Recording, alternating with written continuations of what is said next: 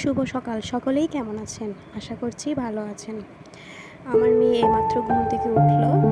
এই তো একটা ক্লিপ নিয়ে নিলাম। তারপর স্নান করলাম। স্নান করার পর আমি আসনটা দিয়ে নিলাম। পুজো শেষে পুজোর একটা ক্লিপ নিলাম।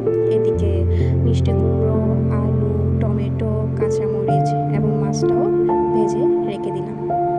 তারপর একটি কড়াইতে আমি তেল দিলাম। তেল দিয়ে সেখানে আমি আলু, কলা সবগুলো ভেজে নিলাম। আরেক পাশে দেখতেই পাচ্ছেন আমি খিচুড়িটি বসিয়ে দিয়েছি আমার মেয়ের সকালের নাস্তা হিসেবে। এবং দেখতেই পাচ্ছেন আলু যেখানে ভেজেছিলাম সেই কড়াইয়ে আলুর উপর আমি পেঁয়াজটা দিয়ে নিয়েছি। পেঁয়াজ দেওয়ার পর আমি আবারও বাটা মশলা ইউজ করব। বাটা মশলা হিসেবে বাটা পেঁয়াজটা ইউজ করব এবং বাটা পেঁয়াজ দিয়ে নিলাম। এবার দিয়ে নিব হালকা করে আদা বাটা। রসুন বাটা সাধারণত আমি দিই না, রসুন বাটাটা আপনারা দিলেও দিতে পারেন, কিন্তু আমি দিই না, তাই স্কিপ করে গেলাম। এবং দেখতেই পাচ্ছেন আগে থেকে কুচনো টমেটো ছিল, টমেটোগুলো এখানে দিয়ে নিলাম। টমেটোগুলো দেওয়ার পর এবার হালকা নেড়ে ছেড়ে নিব। 1 থেকে 2 মিনিট নাড়ার পর তারপর আমরা এসে গেলাম মশলা, হলুদ, মরিচ সব কিছু একসাথে একটা বাটির মধ্যে দিয়ে, যেহেতু আমার কাছে বাটা মশলা ছিল না সেহেতু হালকা পানি দিয়ে মিক্স করে আমি বাটা মশলার মতো করে নিলাম। এই তো আপনারা দেখতেই পাচ্ছেন। আপনারা এই টিপসটি ফলো করে রান্না করতে পারেন যদি আপনাদের ভালো লেগে থাকে। এটা আমার ভালো লাগে তাই আমি করে থাকি, যেহেতু আজকালকার দিনে খুব একটা বাটা মশলা কেউ ইউজ করে না।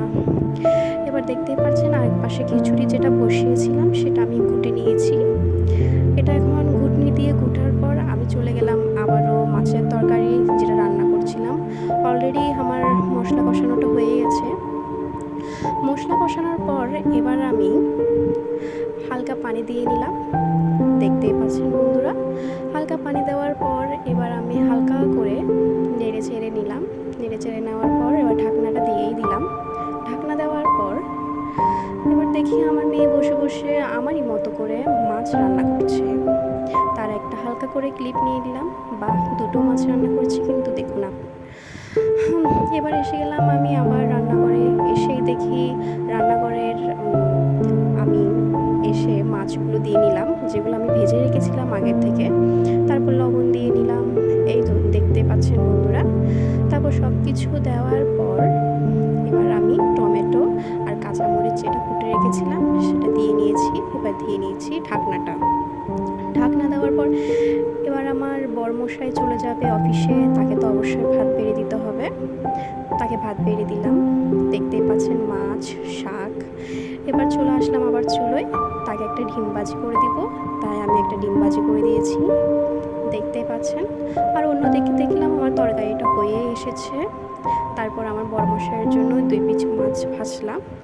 মাছ ভাজার পরে এবার আমার তো একদিকে বসিয়েছিলাম খিচুড়ি তো আর বাগার দেওয়া হয়নি, তাই একটু হালকা পাঁচফোড়ন দিয়ে বাগারটা দিয়ে দিলাম। এবার আরেকটা ডিম ভাজলাম, তারও একটা ক্লিপ নিয়েছি।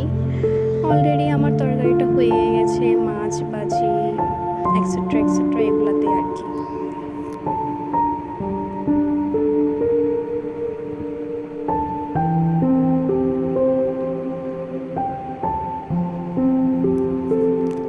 আমার মেয়েকে এবার দেখলেন তো হালকা ভাত খাওয়াই দিলাম, যতটুকু খেতে পেরেছে আর কি। সাধারণত ভাত খেতে চায় না।